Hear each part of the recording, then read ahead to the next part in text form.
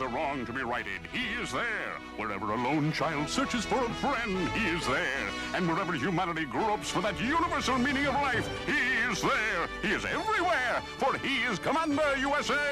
From the depths of suburbia, far below a teeming shopping mall, just inches away from mankind, Commander USA enters his video vault to bring you action, adventure, and zany non-stop thrills.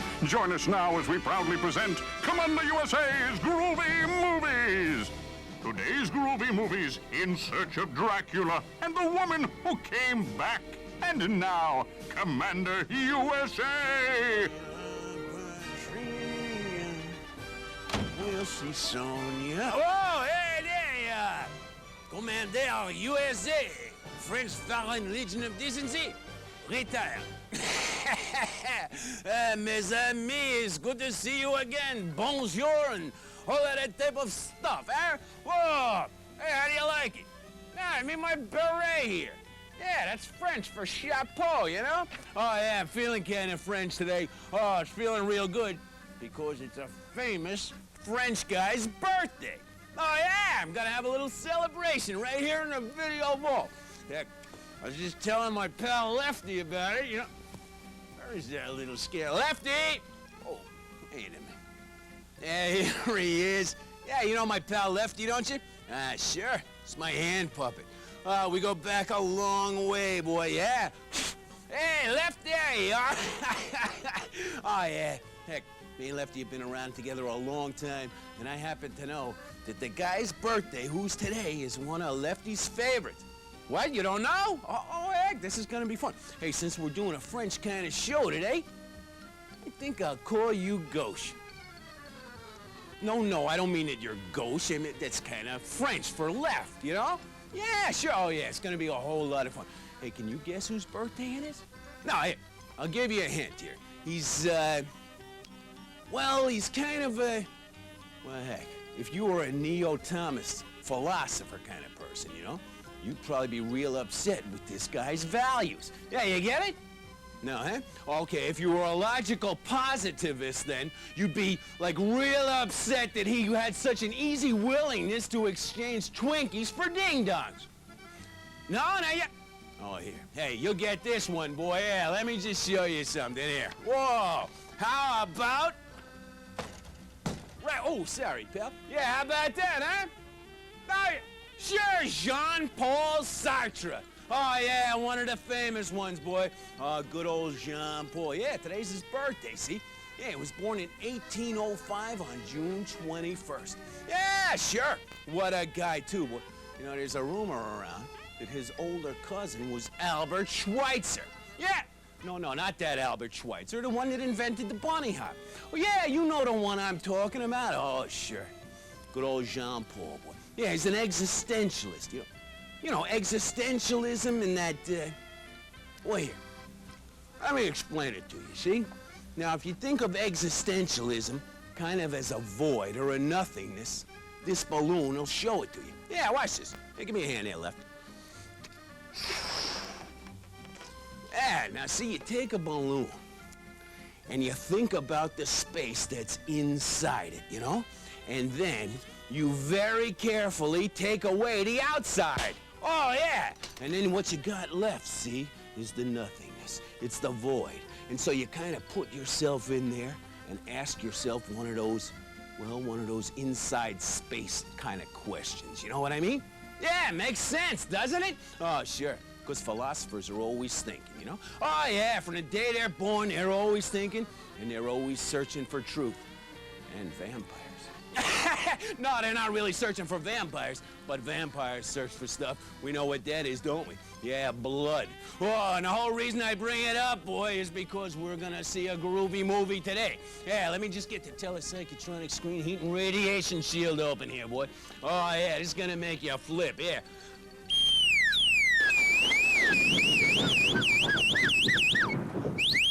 Wow! Boy, that still impresses me. Oh, yeah. Now, this first movie we're gonna see is unbelievable. Yeah, it's called In Search of Dracula. Oh, now take a look at this, boy. Yeah, it's kind of like a documentary style. Heck, you might even call it On the Road with Christopher Lee. Yeah, look at this. Whoa, all kinds of things going on here, boy. they were even gonna show us some clips of the first Dracula movie ever made. Oh yeah, it's gonna be real exciting. Whoa! Holy, oh, you can tell it's gonna be a good day, huh? And then, the second feature of the day, the woman who came back. Oh yeah, see, this is like about a witch, you know, and she goes back to Eben Rock, Massachusetts, and she becomes a commodities broker. Yeah, she makes a killing in futures. Oh no, now look, see, she can't tell if she's possessed or, well, she's afraid of getting dispossessed. Oh, she's got all kinds of problems. Yeah. Oh yeah, and hey, there's a great German Shepherd in this one. Oh, okay. Let's not go barking up the wrong tree, huh? Time to get started right away with In Search of Dracula.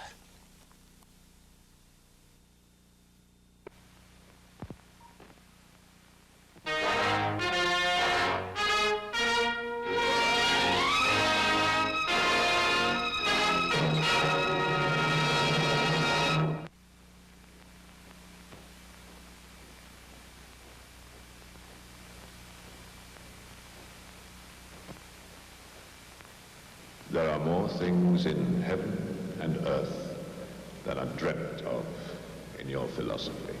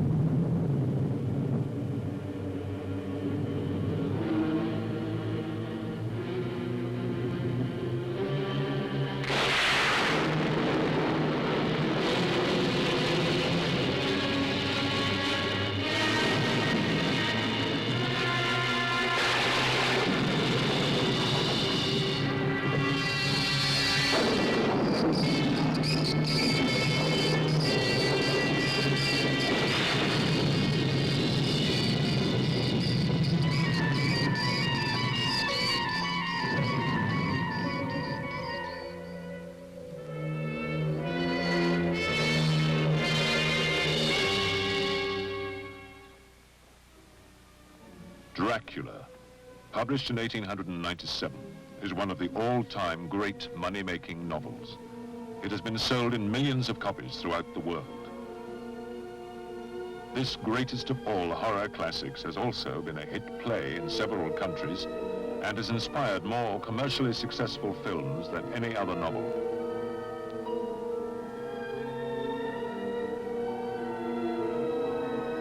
Dracula was written by the Irish author Bram Stoker, best known in his own time as the business manager of Henry Irving, one of the most famous theatrical personalities of the Victorian age. Stoker is supposed to have modeled Dracula's physical appearance on Irving. The novel tells the story of Count Dracula, who plans to gain control of the world by turning everyone into vampires. He leaves his ancestral home in Transylvania and goes to England, taking with him several boxes of earth, as his daylight hours must be spent resting on his native soil.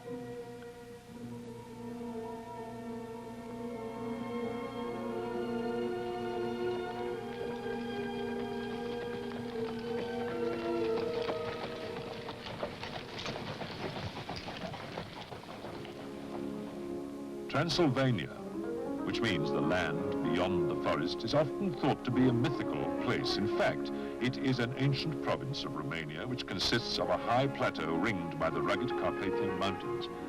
Even today, it is one of the wildest and least known parts of Europe. The population is of rich national origins: Romanian, Hungarian, Slav, German, and Seke. In the book, Count Dracula speaks of his descent from these Sekes, whose ancestors were probably Huns.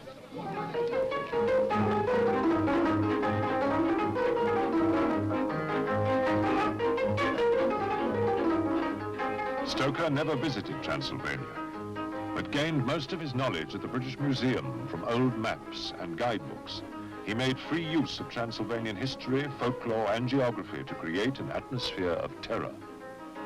He wrote that every known superstition in the world was gathered into the horseshoe of the Carpathians, as if it was some sort of imaginary whirlpool.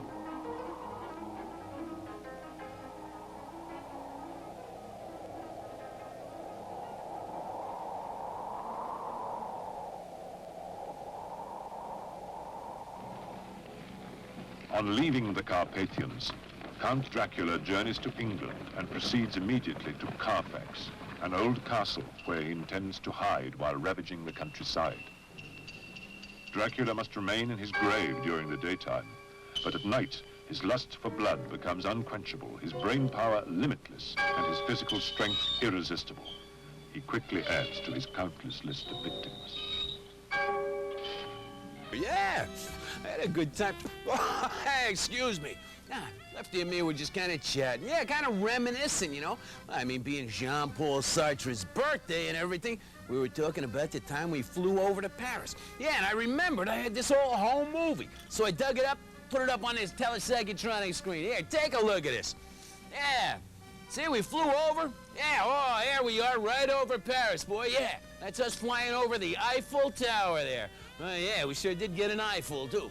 Yeah, now that's a large building. See, it was put up in the late 1800s with the world's largest erector set. Oh, yeah. Oh, hey, now look at this. Here we are in front of Jean-Paul's house. Oh, what a place, huh? Yeah, I actually went up to the door and knocked and everything. Jean-Paul's wife came out, though, you know, and she said Jean-Paul was kind of upset that day.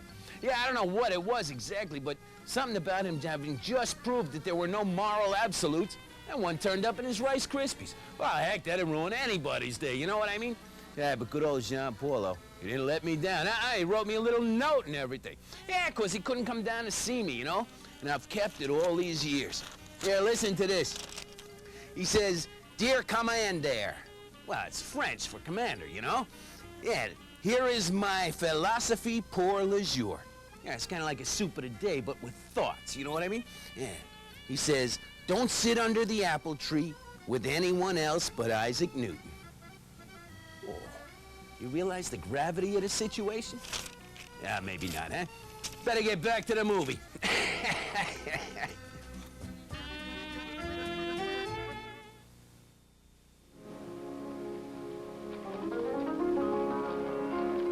Eventually, Dracula is found out and forced to flee England. He makes for his remote castle in Transylvania, certain that no one will be able to trace him there.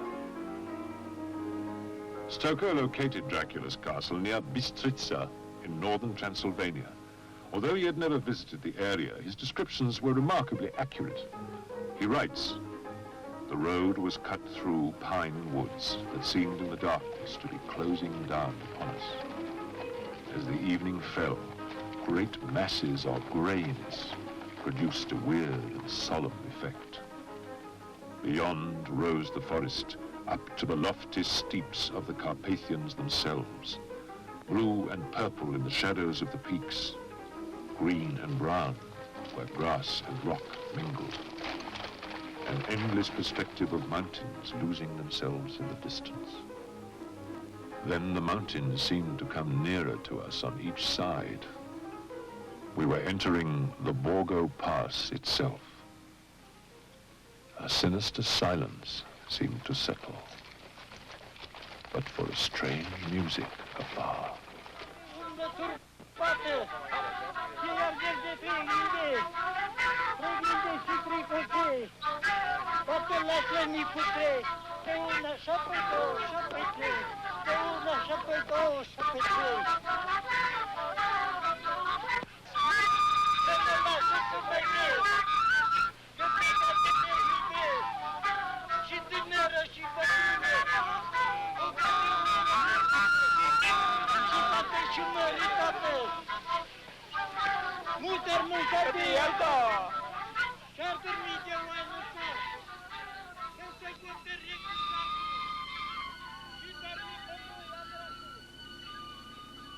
According to the novel, Dracula's castle was not mentioned in any guidebook, nor did it appear on any map.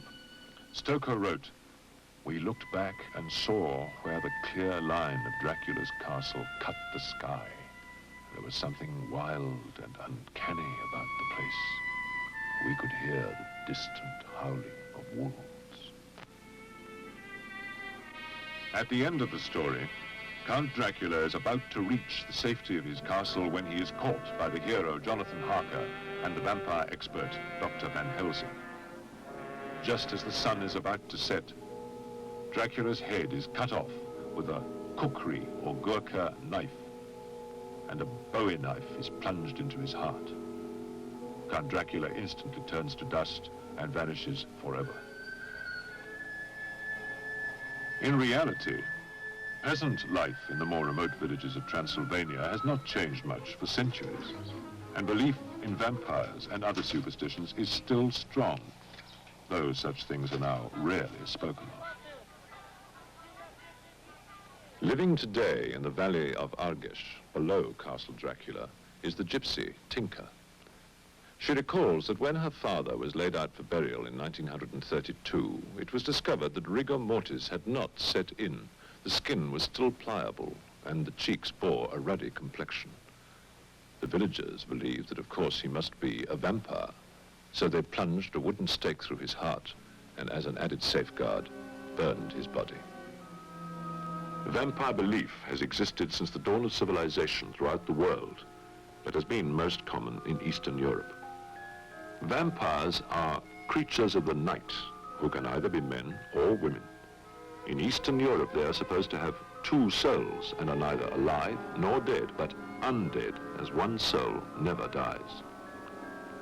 Vampires cannot rest in the grave, but must spend the night searching for victims, people or animals whose blood they drink.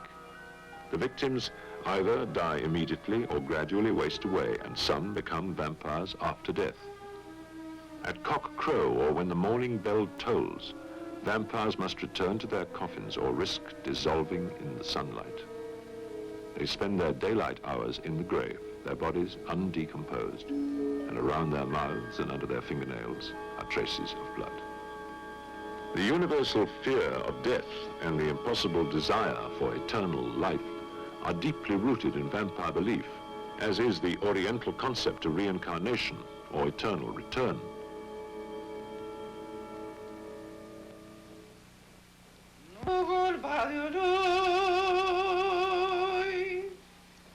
Nu mai plugul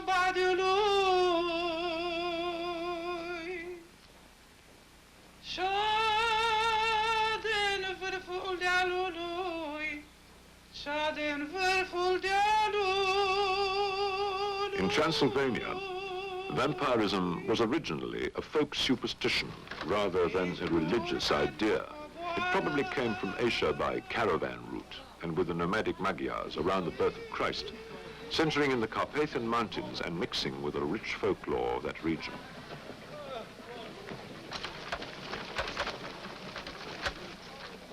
Who can become a vampire? Criminals, witches, those born with teeth, those under a curse, and young children who die unchristened. The seventh son of a seventh son is doomed. And one must be very cautious of a man who does not eat garlic.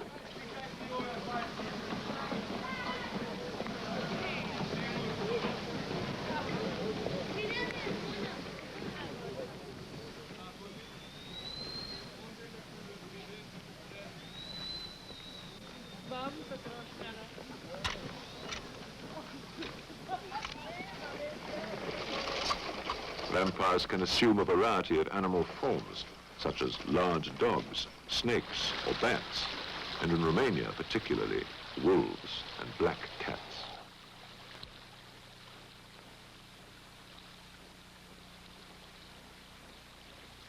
They are tremendously strong. They cast no shadow, have no reflection in mirrors, and can make themselves invisible by dissolving into a mist. It is also believed that every year on St. Andrew's Eve, vampires meet at places like graveyards to decide on their programs for the coming year. Who is to be killed and by whom?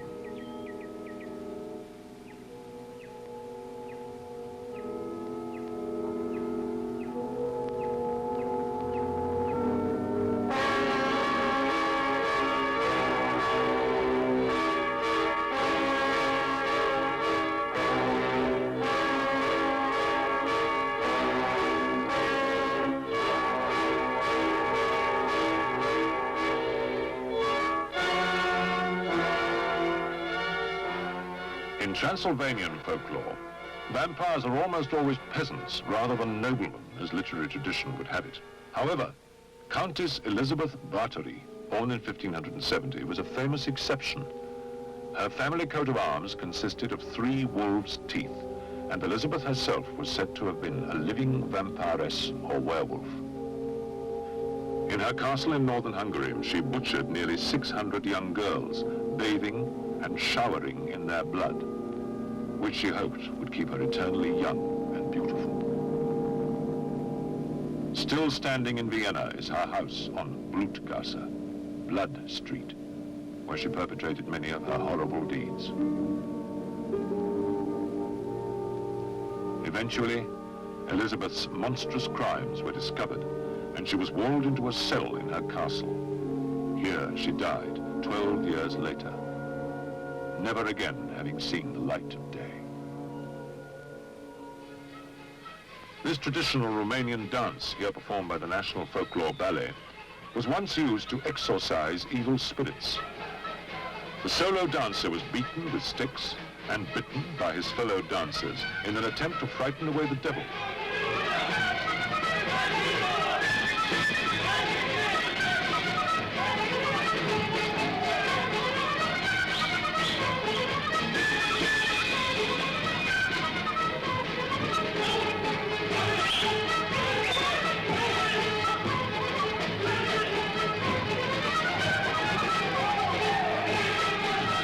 Romania, witchcraft, diabolism, and vampirism are all closely associated. For instance, the snake, or dragon, is an ancient symbol for the devil, Dracula in Romanian, which frequently appears in Romanian paintings and literature.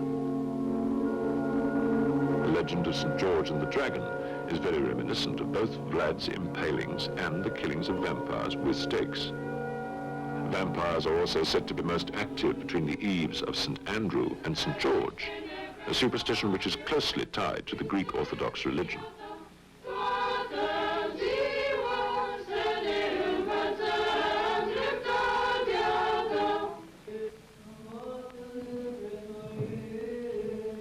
The Greek Orthodox Church has often unjustly been credited with originating the vampire concept.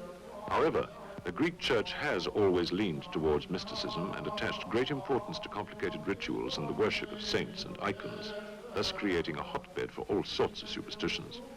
Vampire belief may sometimes have been used by the Church to increase its hold on the people, in much the same way as it used belief in witchcraft. For centuries, the Greek Orthodox Church taught that the bodies of those excommunicated would not decompose in the grave. As vampires, according to popular belief, were recognizable because their bodies did not decompose in the grave, excommunication meant becoming a vampire on death.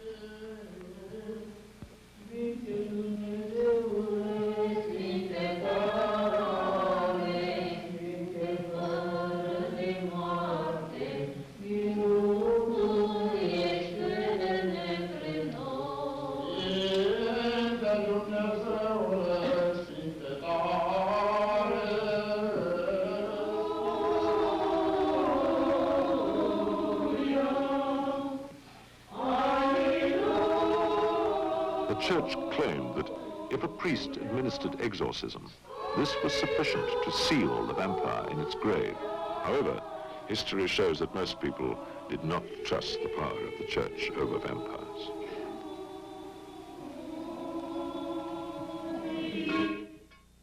Touchstone Films presents a movie about people. Hey, oh, don't get too close here. This might be dangerous.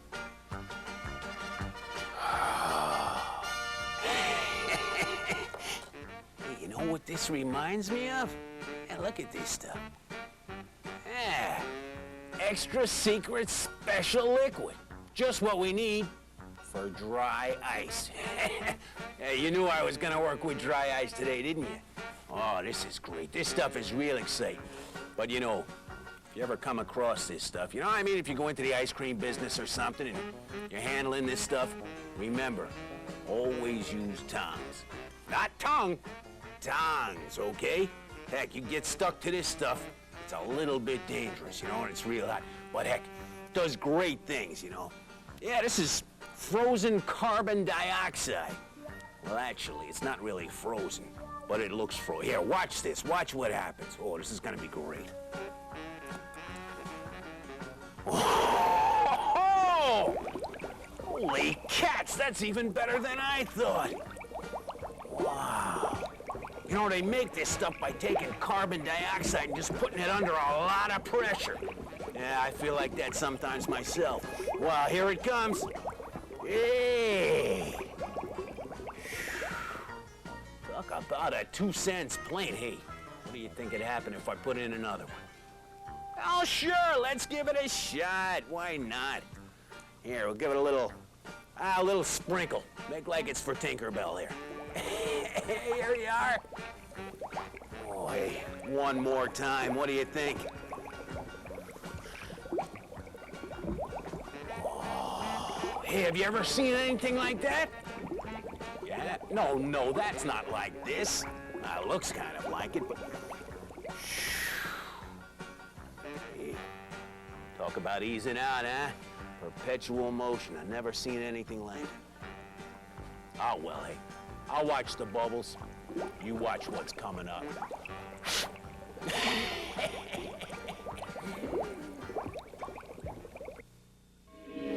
The drinking of blood and sacrificial blood offerings have played an important role in most great religions.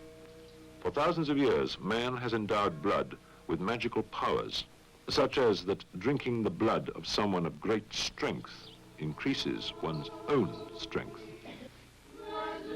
During Mass, the priest drinks wine, which has become the blood of Christ through transubstantiation, and the congregation eats the bread or flesh of Christ, who is thus sacrificed to God anew.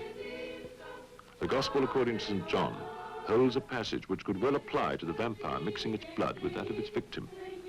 Except ye eateth the flesh of the Son of Man and drinketh his blood, ye have no life in you. Whoso eateth my flesh and drinketh my blood hath eternal life, and I will raise him up on the last day.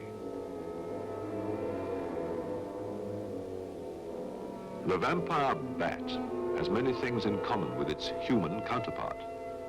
an erect head, web-like hands for wings, and the ability to walk upright.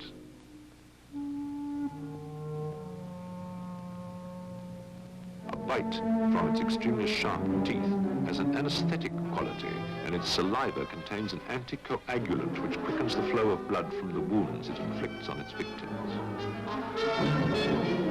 The attack of the vampire bat is very like that of the folklore vampire. It first stalks and hypnotizes its prey, after which it bites into a vein and begins to lap up blood with its long tongue.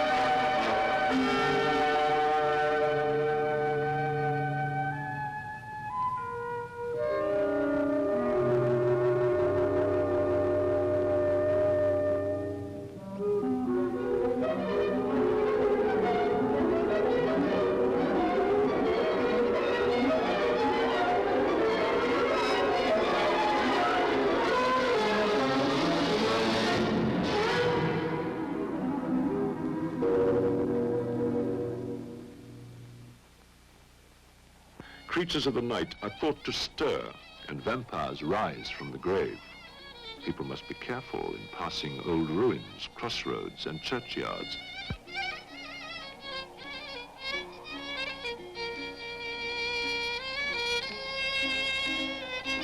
The erotic element in vampirism is very strong. For instance, the vampire is said to be the only night creature capable of sex, although his children are born without bones. He usually chooses one particular woman in a specific locality to be his bride, and relentlessly pursues her in a kind of macabre courtship. He may attack others, but if he is denied his chosen loved one, he may go berserk and wreak havoc.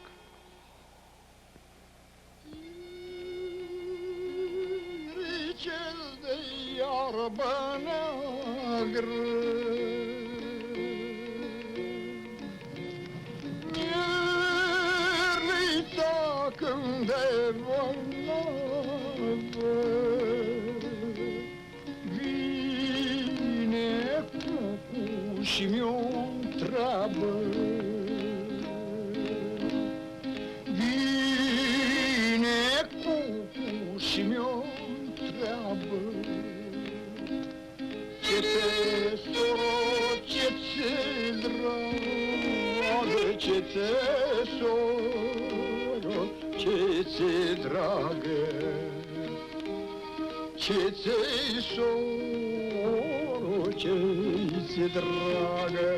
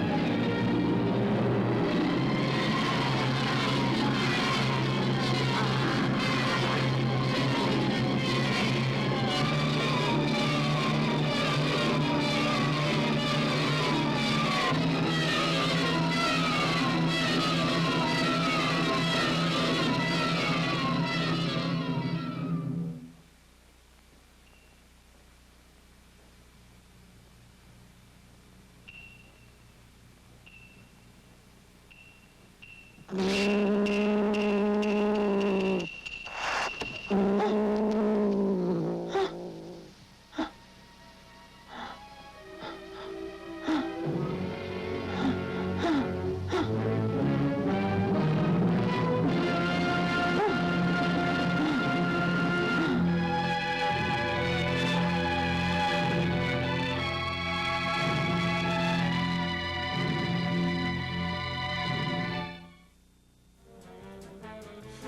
and it's good to see you. Oh, hey, there you are. Hey, look who dropped by. Yeah, it's my old pal, Polly. Yeah, Polly used to work navigation for me when I was flying across the Atlantic, you know? Great old friend. Yeah, we've been working on a couple little tricks here. Hey, want to show 'em, Paul? Yeah, she does a little dance. Yeah, look at this wing dip she does. Whoa! Hey, Polly, not bad. Yeah, watch this one now. Hey, Polly, jump over the chair. Hey, you're right on top. Whoa! Holy cats. Hey, that's terrific. Hey, would you want to see something that'll knock you out? Here, listen to this. Polly, say hello. Hello. Say goodbye. Goodbye. Whoa! Polly, you want a cracker? Only want some blood. Whoa! Whoa! Hey! Ah! Ah! Hey, you want to get sent back to the belfry? Yeah, we'll get back to the movie right after this. Calm down, you little rascal. You cheat. In former times, the report of a vampire attack created panic. Everyone took immediate precautions to protect themselves, especially during the hours between sundown and sunrise. Bells were rung to sound the alarm and were thought to frighten vampires away. People shut themselves tightly indoors. Many left the countryside to seek shelter in towns, and shepherds drove their flocks to safety, as vampires might attack sheep as well as humans. At night, torches were lit outside, and many candles were kept burning inside. People sat up until cockcrow and told stories, for when stories are told, vampires cannot approach.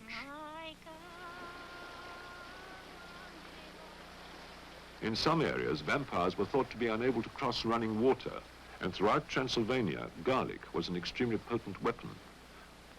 Windows and doors were anointed with this garlic, and all cows and other farm animals were supposed to be rubbed with it to protect them as well.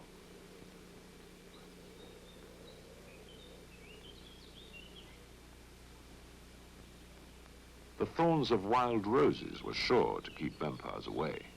Thus, thorns or poppy seeds were spread on the paths leading from the local churchyard to the village. When the vampire took the path, he had to stop to pick up every one of the thorns or seeds. This so delayed him that he could not reach the village before sunrise, at which time he had to return to the grave. Large black dogs with an extra set of eyes painted on them in white also discouraged vampires.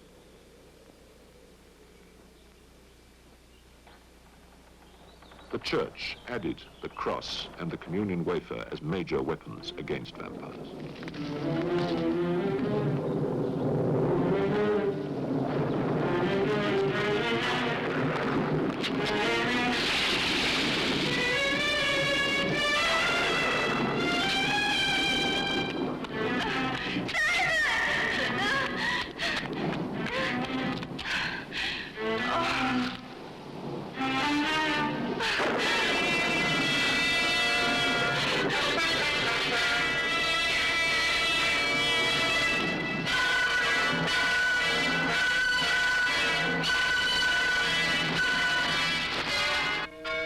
As soon as a vampire began to ravage an area, an all-out effort was made to find its grave and destroy it.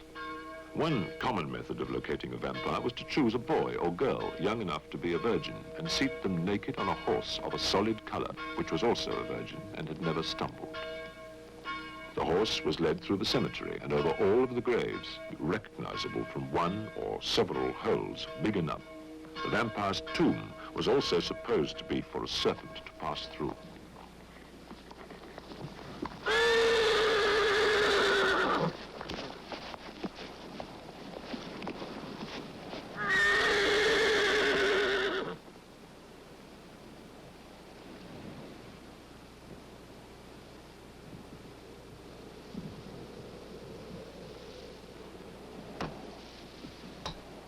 The most usual way of killing a vampire was to drive a stake through the heart or navel during daylight hours when the vampire lay in its grave. The stake had to be made from a wild rose bush, an ash or asp tree. In some areas, iron bars, preferably heated red hot, were used instead of wood.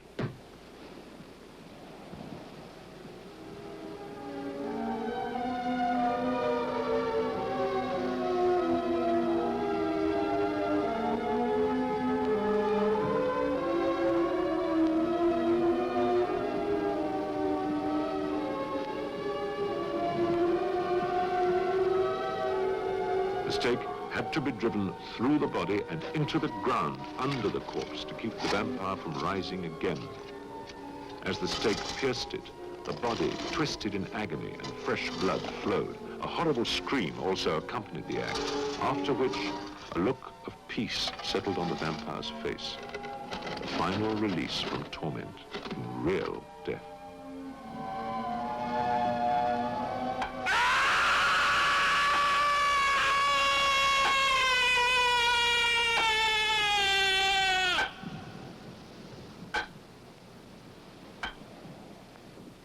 Many other means of killing vampires were practiced. The vampire's head was sometimes cut off and put between the legs of the corpse, or the body could be buried at crossroads or burnt and the ashes strewn in a river.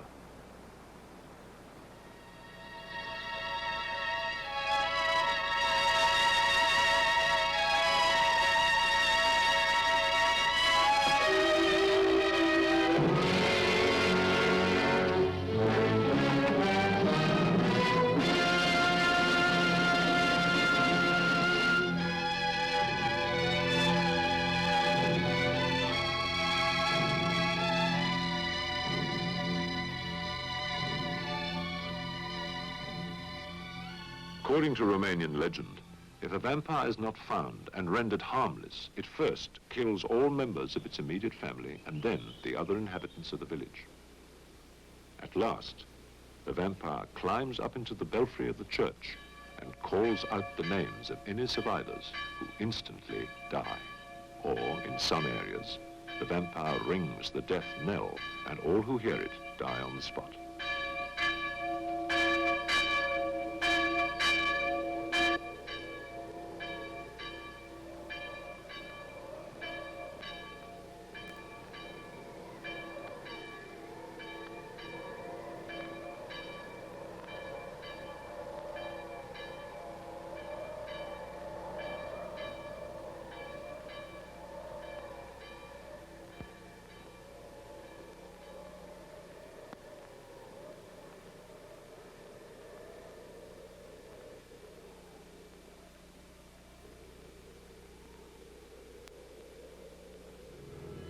Inevitably, the folkloric vampire of Eastern Europe began to disappear in modern times. But in 1964, Dr. Robert McCulley of the Medical University of South Carolina published the only authentic psychological case study of a person showing vampire traits. The subject was Bill, a young, unmarried, white male American. He displayed the essential vampire characteristics. He was clearly aware of bearing a terrible curse, the ever-constant desire for life and renewal, coupled with a horrible wish to destroy human beings in order to maintain his own existence. Bill performed acts of vampirism on himself. That is, he drank his own blood.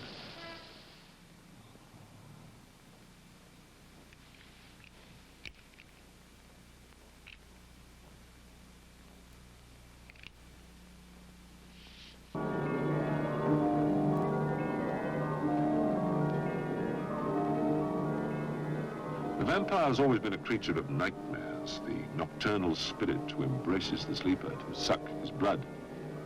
Bill frequently reported dreams of bloodletting and felt anxiety upon awakening.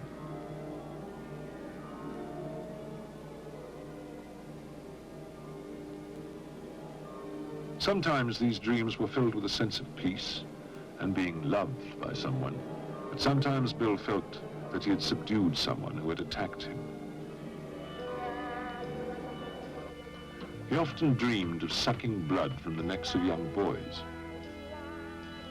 Bill spent most of his time wandering about alone and constantly suffered from an unexplained cycle.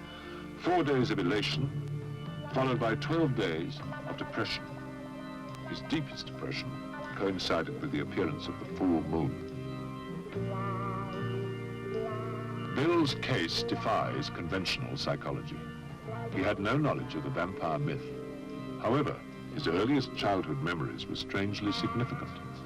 At the age of 7, he saw a dog hit by a car lying in a dark pool of blood in the street.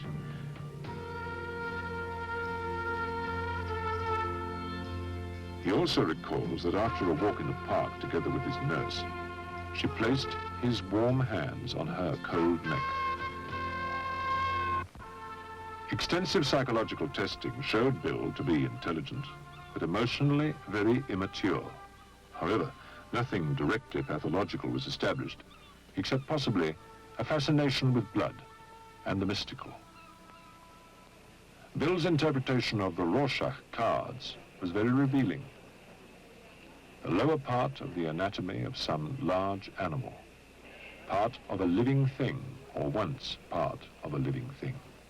The red could be blood that came from it, ripped out of a dissected corpse.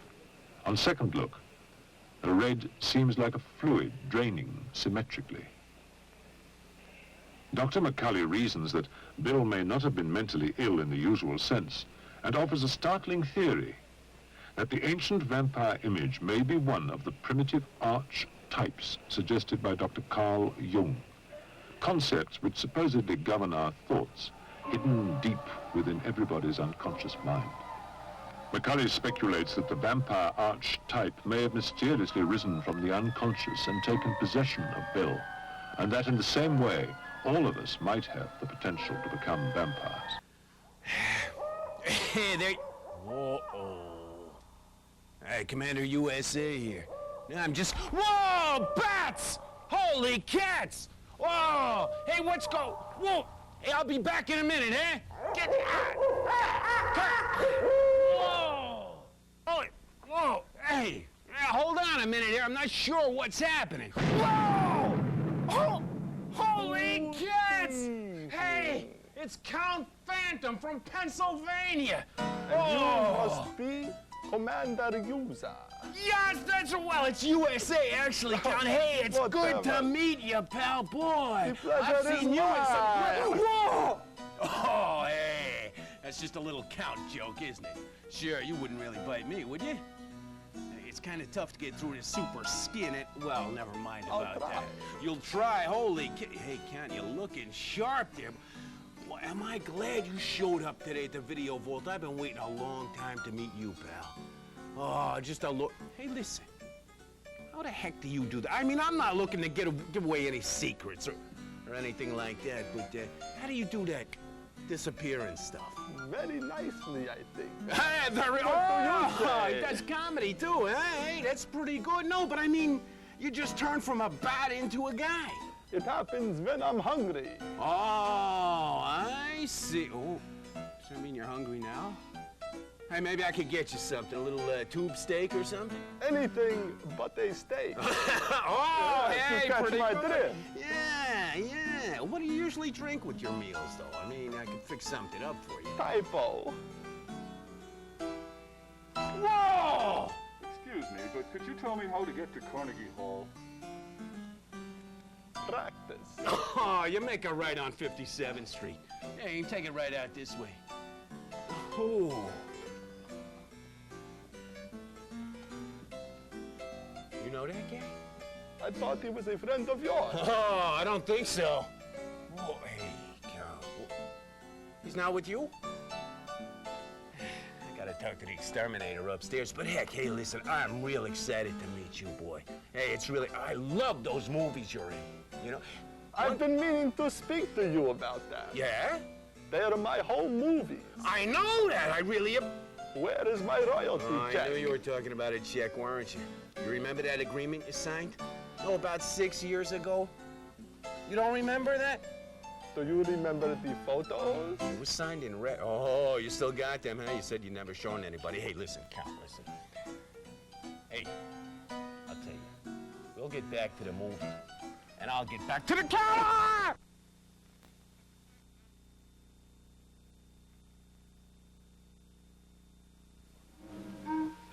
Modern criminologists may well term the 15th century Prince Vlad Search Dracula a living vampire.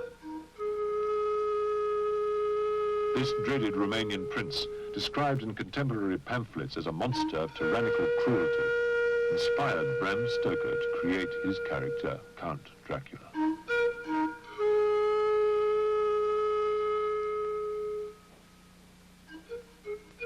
The prince was best known as Sepesh, which means impaler, because of his fondness for that form of torture and execution.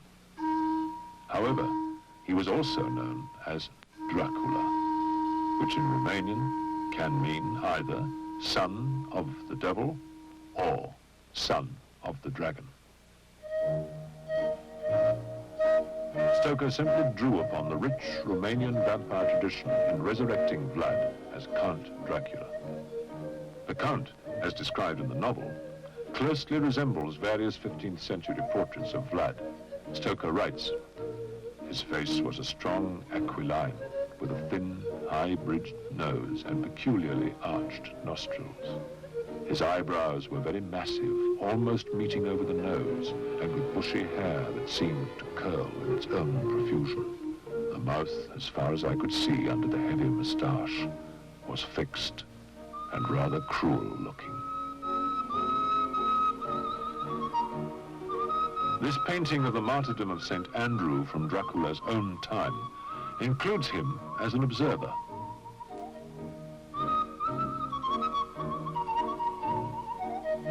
As St. Andrew was the patron saint of the Saxons, Vlad may have been shown because of his reputed cruelty towards Saxons.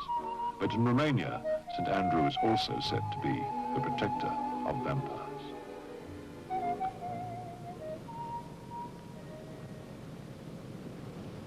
The only existing life-size portrait of Vlad is located at Ambrasch Castle near Innsbruck, Austria. Archduke Ferdinand II, who owned the castle during the 16th century, had a perverse hobby of documenting the villains and deformed personalities of history. If such persons could be found alive, the Archduke tried to settle them at the castle.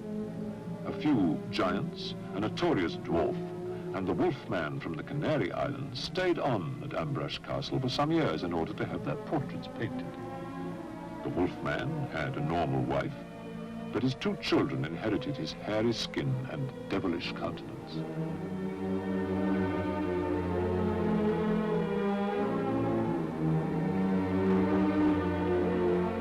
Ferdinand's gallery of rogues and monsters contains many grisly studies.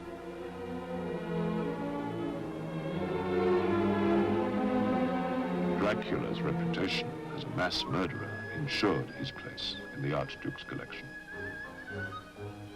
Vlad Dracula's birthplace in Transylvania is the old German fortified town of Sighisoara, south of Bistrița.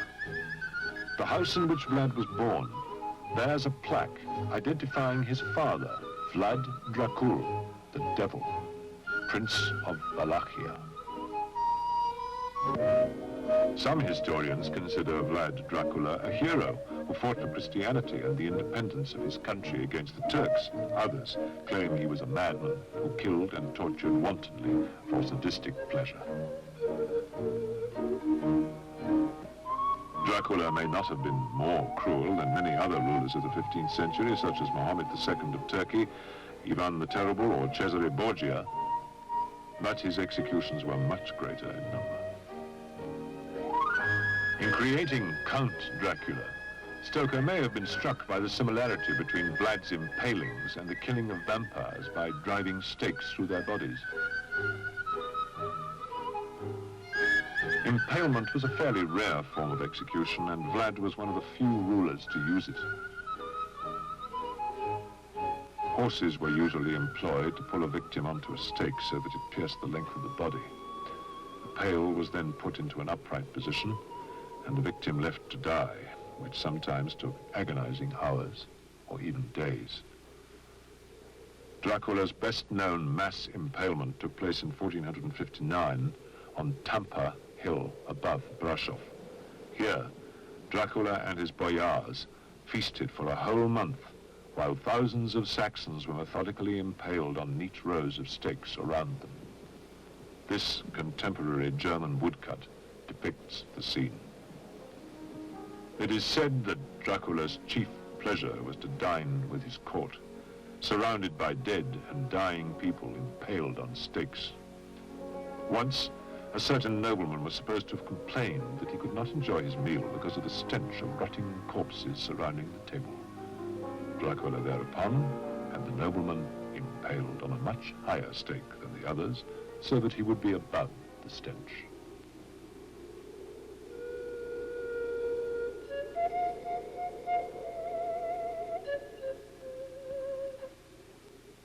Countless such tales about Dracula's bloody deeds and macabre sense of humor persist to this day in Transylvania. Most of them portray him as merciless, yet possessed of a strange sense of justice and tragic destiny, much like Count Dracula.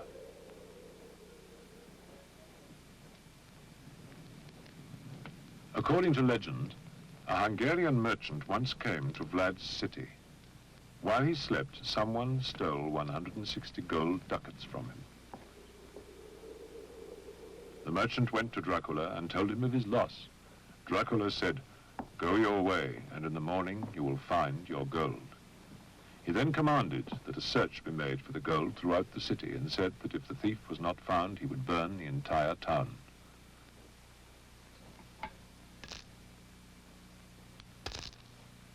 When the merchant arose next morning, he found his money returned. He counted it once, and then twice. There was 1 ducat too many.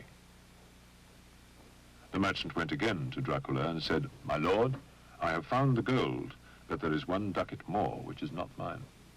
Dracula then revealed that he had ordered the extra ducat placed there, and said that if the merchant had not told him about it, he would have impaled him with the thief. The merchant was very grateful to Dracula and took his cart and left the city.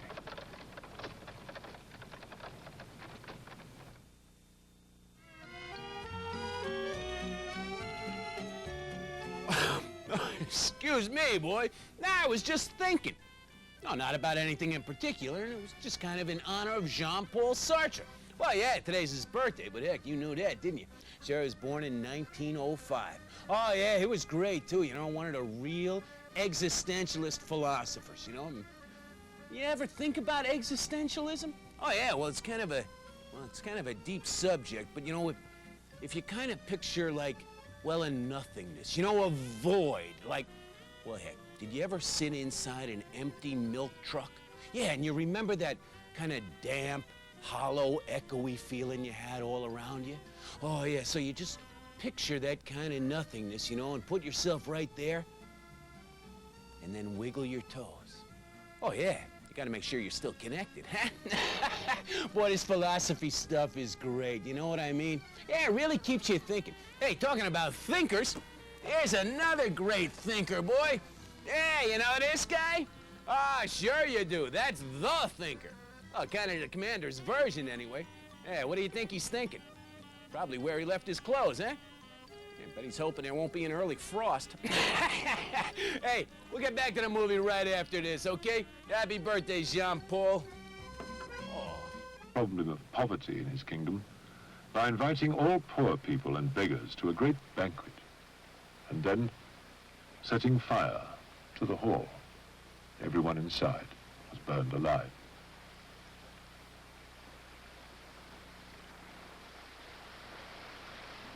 In a particular place, there was a spring of cold, fresh water, and many came to drink. Dracula placed a large, fine, golden cup by the spring.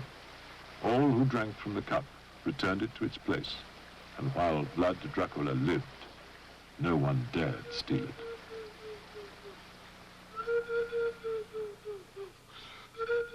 Dracula had a peasant mistress who lived in a poor outlying part of Tulgovishta. He visited her often, but his interest was purely physical. The woman, on the other hand, fell in love with Dracula and grew afraid of losing him. One night, she told him that she was going to have his child. Dracula became angry and said that this would not be. He then cut her open from her loins to her breast and said, "Let the world see where I have been and where my fruit lay."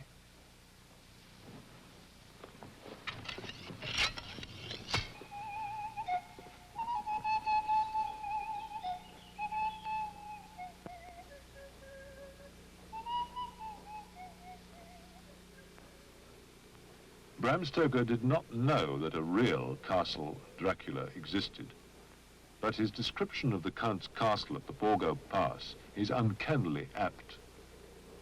The real castle Dracula is perched on top of a rock, 1,000 feet above the Argeș River in Wallachia. It is nearly inaccessible from the valley. The original fortress was very old, but Vlad rebuilt it when he came to power, and ever since it has been known as the castle of Vlad Tzepes, Vlad the Impaler.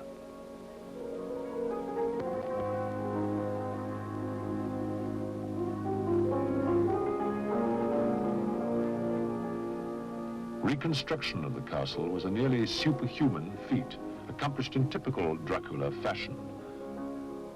One of Vlad's brothers, Mircea, had been killed by the boyars of Târgoviște. It is said that Dracula retaliated by seizing the boyars during the Easter celebrations when they were all dressed in their finest clothes. He impaled the old people and put the younger people, men, women and children, to work rebuilding the castle. They are supposed to have labored until their clothes became rags and dropped off their backs. Many died from overwork and fell from the cliffs, but the castle was finished within a few months.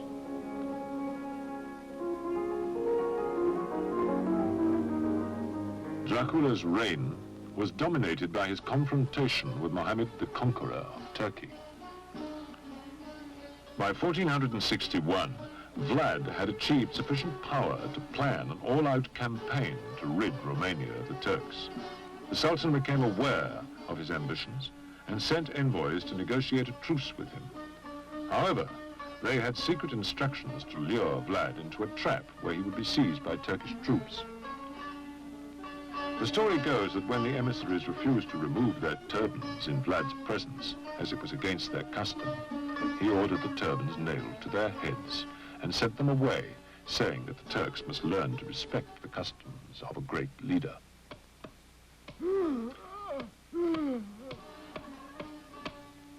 History records only that Vlad sensed treachery and captured the entire Turkish force.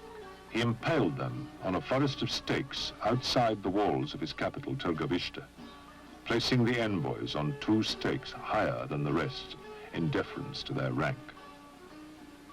He then launched his famous campaign along the Danube River. With a force of between 10 and 20,000 men, consisting mostly of rapid-moving cavalry and peasant conscripts, Vlad pushed all the way to the Black Sea. At first, Vlad met with great success. After his capture of the fortress of Giurgiu, he wrote to King Matthias of Hungary that 23,809 men had been slain and impaled. Vlad was certain of the figure because their heads had been carefully counted, apart from 884 who were burnt in their houses and whose heads, of course, could not be collected. During the famous Night of Terror, he boldly attacked the Sultan's camp. However, his bodyguard ran it and Vlad was forced to retreat. The road to Târgoviște now lay open, but the Turks were greeted by the grisly remains of the Sultan's envoys and troops impaled by Vlad the previous year and now blackened by the sun and half eaten by birds. The Sultan was moved to tears and said, "What can we do with a man like this?" He ordered the retreat of his army, but a small force in command of Vlad's own brother, Radu, was directed to pursue Dracula to his remote castle high in the mountains above the Argeș River. Radu laid siege to the fortress, during which Dracula's wife despaired and took her own life by casting herself from a parapet to the Argeș River far below. Vlad himself was forced to flee through a secret tunnel on a horse, shod backwards to confuse pursuers. After escaping the Turks by crossing the nearly impassable Transylvanian Alps, Dracula sought the protection of King Matthias at Fagarash Castle. Instead of granting Vlad a sanctuary, the king had him arrested. Little is known about Dracula's life in exile, but he apparently could not control his lust for blood. A Russian story relates that he used to catch mice and buy birds in the market, then torture and impale them on rows of small stakes. In Stoker's novel, Count Dracula's mad helper, Renfield, also took a sadistic pleasure in torturing small animals. Vlad was a handsome man, and his fabled power over women soon led to a romance with one of King Matthias' sisters. They were eventually married, and Dracula regained his freedom. Vlad did succeed in recapturing Târgoviște and the citadel of Bucharest from his brother Radu, but only 2 months after regaining the Wallachian throne, he was killed outside of Bucharest. He had disguised himself as a Turkish soldier in order to obtain precise information about the enemy. His head was sent to Istanbul as a trophy for the Sultan.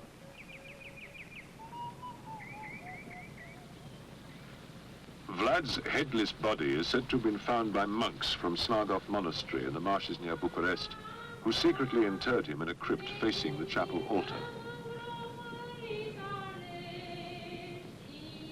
In 1931, the tomb was opened, but the casket and body were missing. Later on, another grave was discovered near the front door to the chapel. It is possible that Vlad's body was moved because the monks did not want to have someone of his sinister reputation buried close to the altar.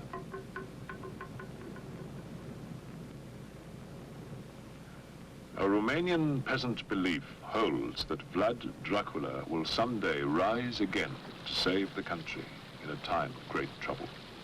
A well-known Romanian poem goes, "Dracula, where are you now that we need you?"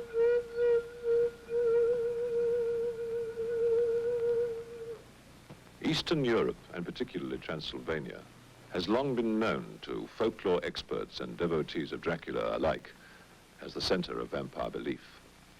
But the vampire in literature owes its fame almost entirely to the works of English and Irish authors. The most successful of these vampire tales were written during the 19th century. This was the age of Gothic horror, and countless stories of the terrible and the unknown flooded the bookshops of England. Strangely enough, the two most famous literary and movie monsters were born at the same time. The undead vampire Count and Dr. Frankenstein's living monster, fashioned from dead bodies.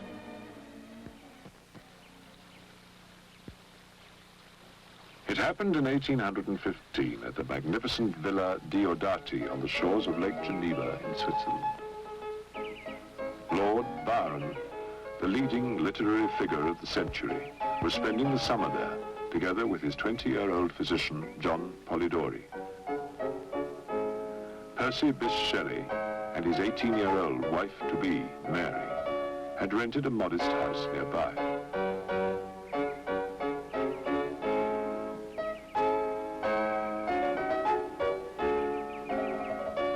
According to Mary's diary, rainy evenings were spent round the fire at the Villa Diodati, reading ghost stories and discussing the supernatural. One night, Byron suggested that they all write their own ghost stories. He himself never finished his, but Polidori, who also had literary ambitions, turned Byron's story into the first English vampire novel, The Vampire, published in 1816. His hero, Lord Ruthven, was the first in a long line of vampire counts, culminating in Stoker's Count Dracula. Polidori probably intended Lord Ruthven as a parody of Byron, who he felt had mistreated him. Byron did have some classic vampire characteristics. He once, for instance, lived in a half-ruined abbey, and in later years wore only black, ate almost nothing to keep slim, and drank vinegar to make his face pale. He also had an extraordinary power over women and young men.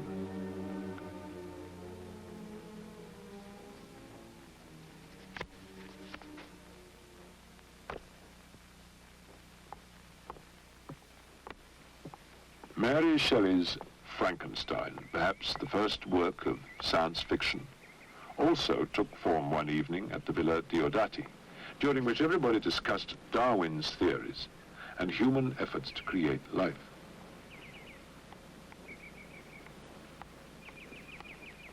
Afterwards, Mary went to bed in an uneasy mood and experienced a terrible nightmare.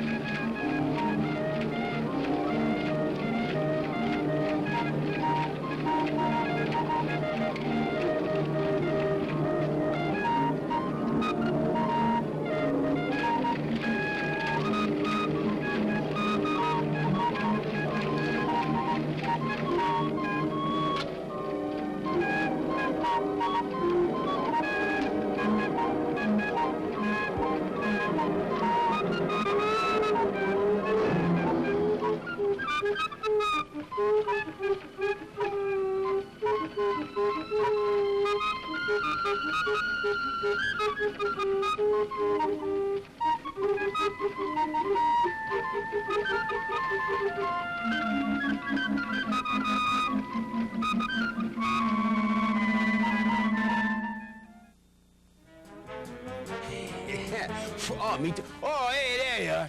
I was just telling my pal Left. Oh, you know Lefty, don't you? Ah, sure, he's my ant puppy. Yeah, we're getting a little hungry, you know? So we figured we'd make something kind of exotic for lunch. Yeah, it's kind of like shish kebab, but heck, we call it bat kebab. Oh, yeah, this is really great, boy. You've never tasted anything like this, boy, I guarantee. Well, unless you spend some time in Andalusia, you know? Oh, it's big hit down there, big dish. Oh, yes, this is great. Now, you just slip your bats on, and if you're near an open fire, heck, just toast them up a little bit.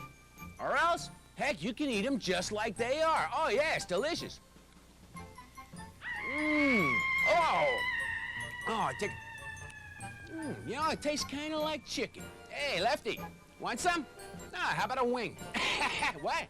He said no fangs. Hey, we'll get back to the movie right after this, okay? Okay. Yeah, that was pretty good. And is that you? Norman, answer me! Yes, Mother. It's me. Norman Bates is back to normal.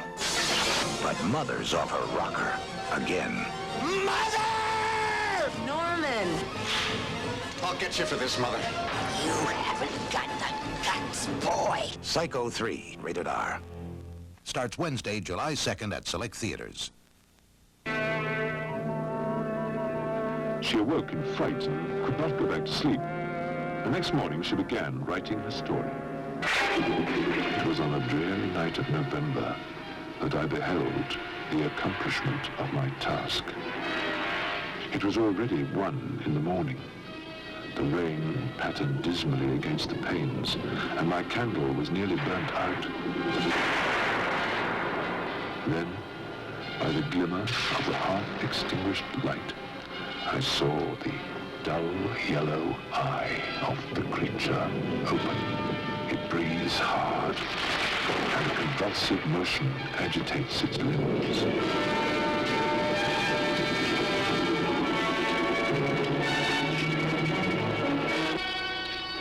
Mary Shelley's diary provides some clues as to how she conceived of Frankenstein. During 1814, she took a trip up the Rhine River. On Sunday, September the 4th, she writes, "We leave Mainz at 6 o'clock and proceed in a little boat. The banks of the Rhine are very fine, rocks and mountains crowned with lonely castles." One such castle Mary probably visited was the Burg Frankenstein, built atop the densely forested Magnetburg mountain.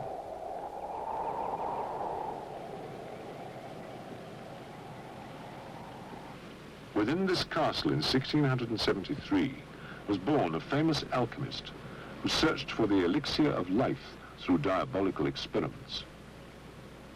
Mary, no doubt, heard this strange story as well as others about the mysterious Baron's Frankenstein.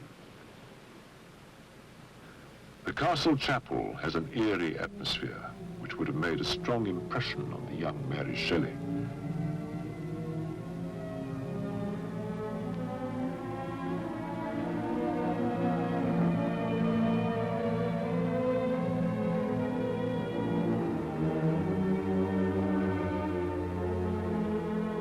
Stone reliefs mark the graves of several long-dead Frankensteins who met with violent ends.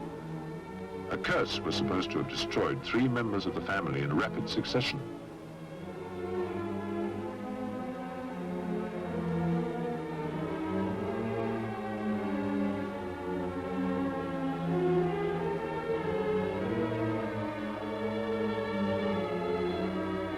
There is also the legend of Baron Georg von Frankenstein, who killed a dragon that was chasing his lady love, Anne Maria, only to be killed himself.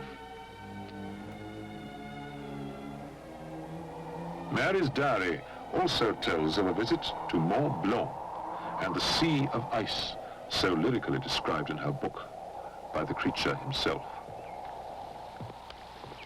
Monday, July the 22nd, Chamonix. As we continued, the mountains increased in height and beauty. The summit of the highest was hidden in clouds, but they sometimes peeped out into the blue sky, higher, one would think, than the safety of God would permit. Tuesday, July the 23rd, Chamonix. We continued our route on foot and came to the source, which lies like a stage surrounded on 3 sides by mountains and glaciers. We sat on a rock which formed the 4th side, gazing on the scene before us. An immense glacier was on our left.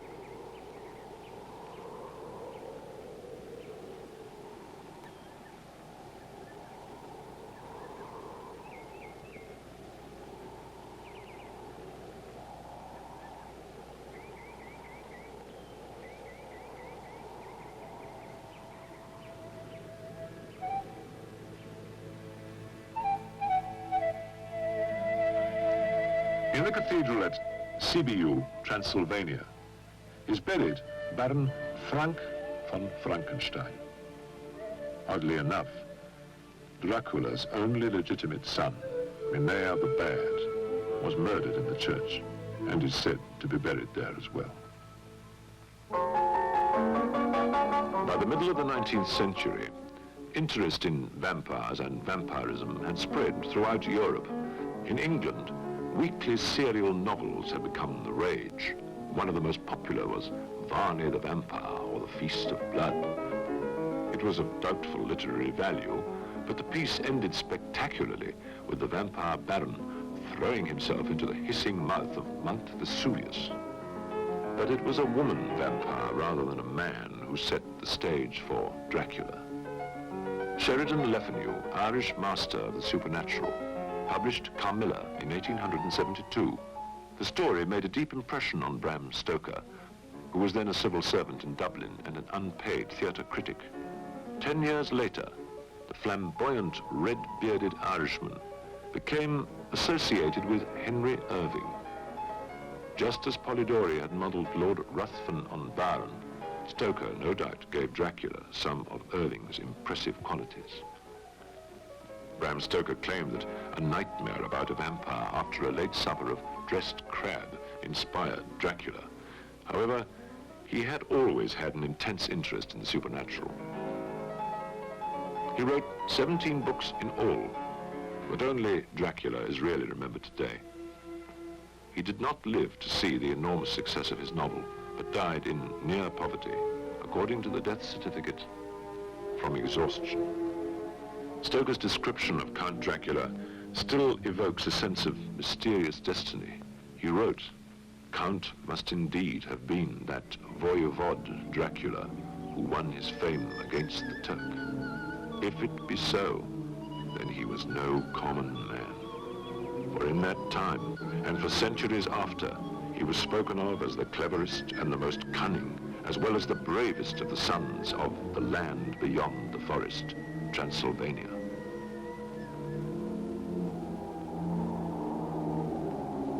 The Draculas were a great and noble race, though now and again were said to have had dealings with the evil one. In one manuscript, this very Dracula is spoken of as vampire, which we all understand too well. The vampire has achieved its greatest popularity as a movie theme. In the early days of movies, Theda Bara immortalized the term vamp, which later became a symbol for the Roaring Twenties. The vamp was a kind of vampire, a girl who first charmed her victims before draining them of their love or money rather than their blood. However, in this scene from The Hawk's Trail, made in 1919, our vamp is hired by villains actually to do in ace detective Sheldon Steele.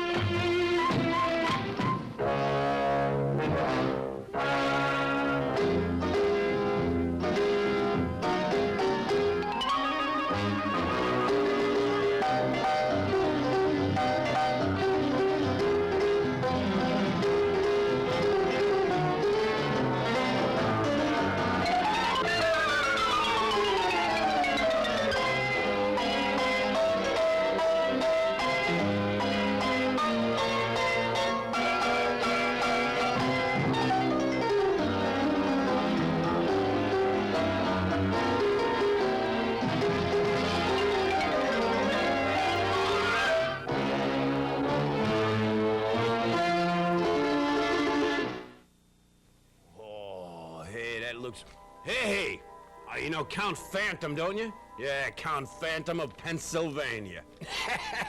Hey, Count, boy, am I excited that you're here today. You know, there's one thing I wanted to ask you. Well, actually, a couple of things, see, because, well, I knew this guy, see, and he was kind of a therapist that went underground back in the 60s, see, and he started doing a practice with just vampires. And I was wondering if I could try a couple of these things out on you. Feel free. Oh, great. Now, listen, I'm going to show you these pictures, well, they're kind of pictures, you know, and I just want to say the first thing that comes to your mind, okay? Whatever they remind you.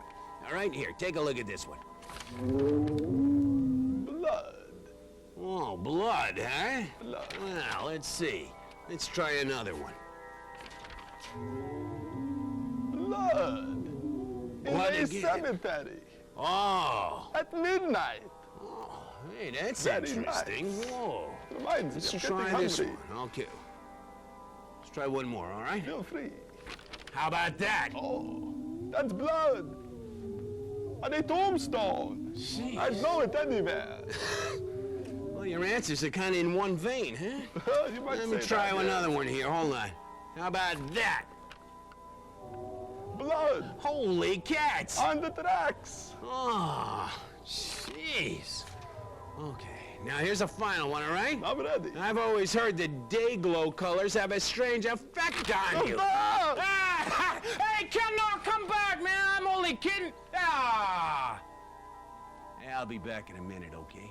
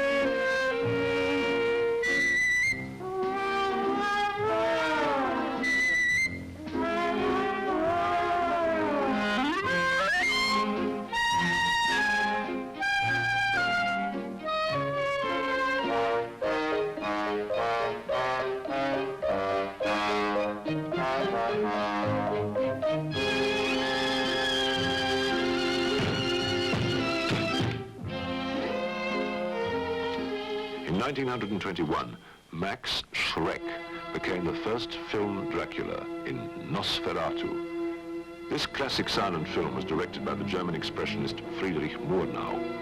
It drew openly on Stoker's book, and although Murnau gave Stoker the credit, he did not seek permission. The court ordered the negative and all prints destroyed, but somehow the film survived and was shown on a limited basis in London and America. Legal or not, Nosferatu captured a mood which has seldom been equaled. Famous Danish director Carl Dreyer was fascinated by Le Fanu's story Carmilla. In 1932, he made his classic film, Vampire, based on the story. Briefly, a young woman is victimized by a vampire. After many adventures, the vampire's helper, Dr. Hieronimko, is buried alive, and the hero drives a stake through the heart of the vampire, an old countess. As always, Dreyer obtained fine performances from his amateur actors. The first mass audience Dracula film was made in 1931 and starred the Hungarian actor Bela Lugosi, who had also played the role of Dracula innumerable times on the stage. The film was an immediate and lasting success. Lugosi said that 97% of his fan mail was from women who found Dracula strangely attractive.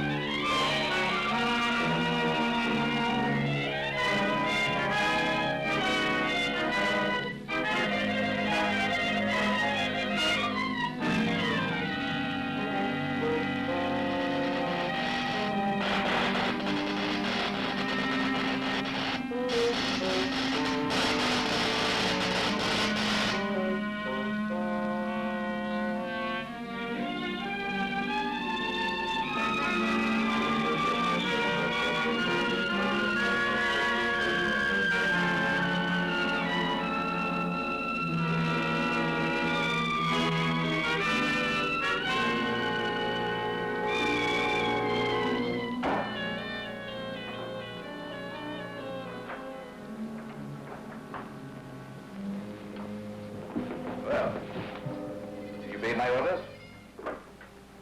Yes, Victor, I did. This time. Good. What happened? Nothing happened. Except the Whiting girl answered and told me to try again sometime. What does that mean? Means one of our victims has escaped. Wait for me here. Don't leave until I return.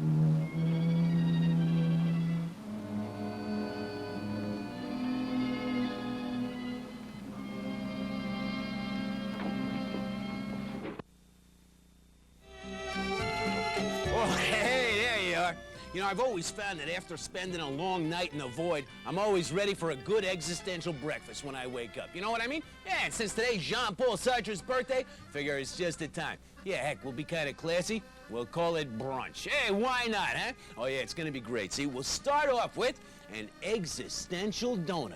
Oh, now that's wonderful, boy. It's a tiny little ring of nothingness surrounded by dough and sugar. Oh, yeah, it's a great way to start, eh? And then we get to the good part. Yes, I'm gonna make us some existential French toast. Oh, yeah, it is a lot of fun. First, you get yourself an existential egg.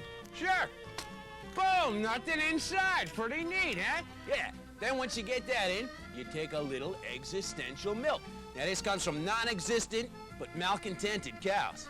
Ah, sure. Get a little dollop right in there, and then give her a mix. Oh, boy, yeah, it's taking on a nice consistency. Then you get your existential bread. Yeah, now with the existential bread, you want to make sure to get those crusts cut off. Oh, yeah.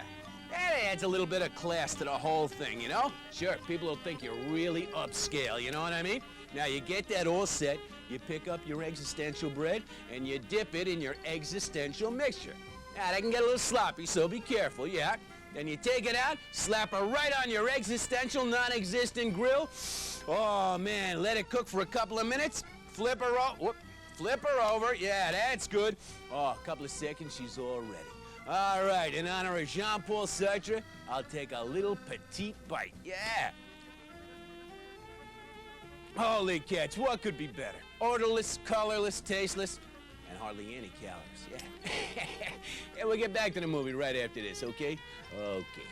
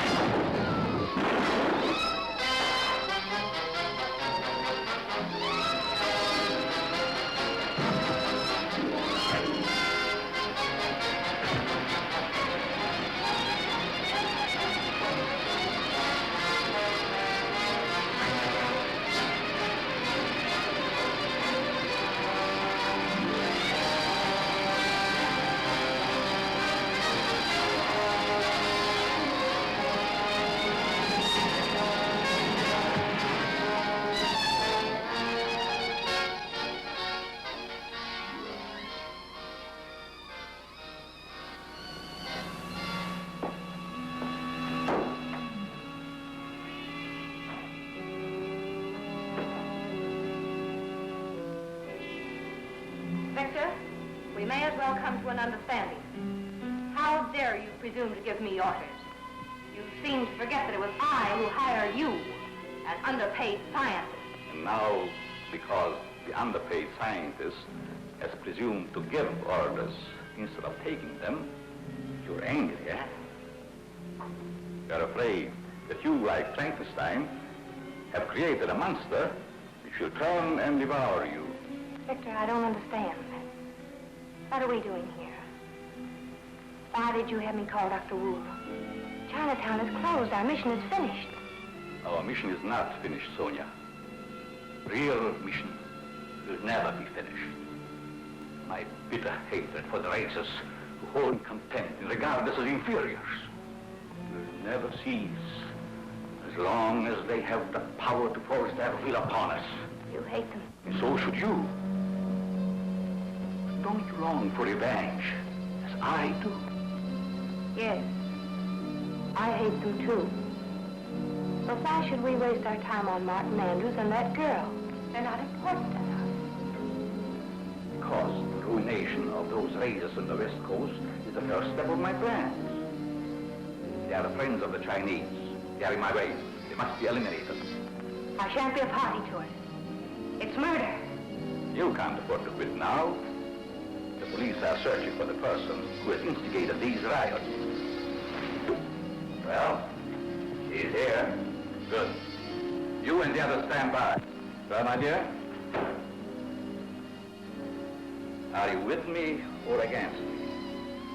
Do you value my friendship and discretion? You give me no choice, Victor. Come with me.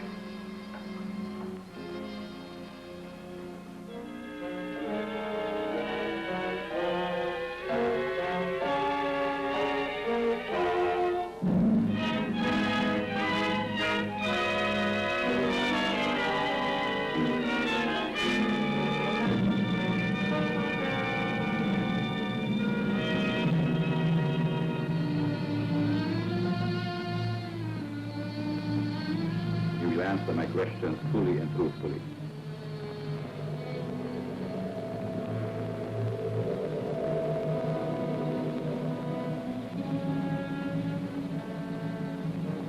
You will do as I command. Yes. By whose order did you give the drugged wine to the princess tonight? By the order of the high priest Lingen. Lingen. He was in this house tonight? Yes, the sect of Basti has members in America.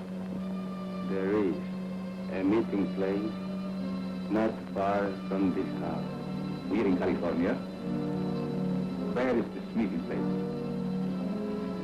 I command you to speak. Speak. Where is the meeting place?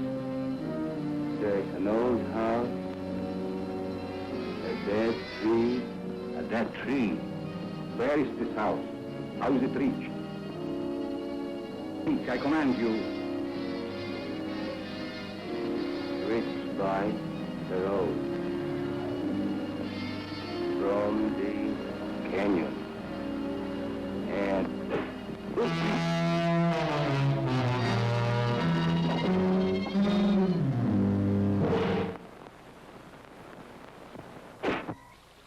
He himself was born in the Hungarian town of Lugos and immigrated to the United States. In the mid-1920s, Lugosi starred with Lila Lee in The Midnight Girl, a silent melodrama. His menacing role in this film is very suggestive of Dracula, the role that was to make him famous several years later.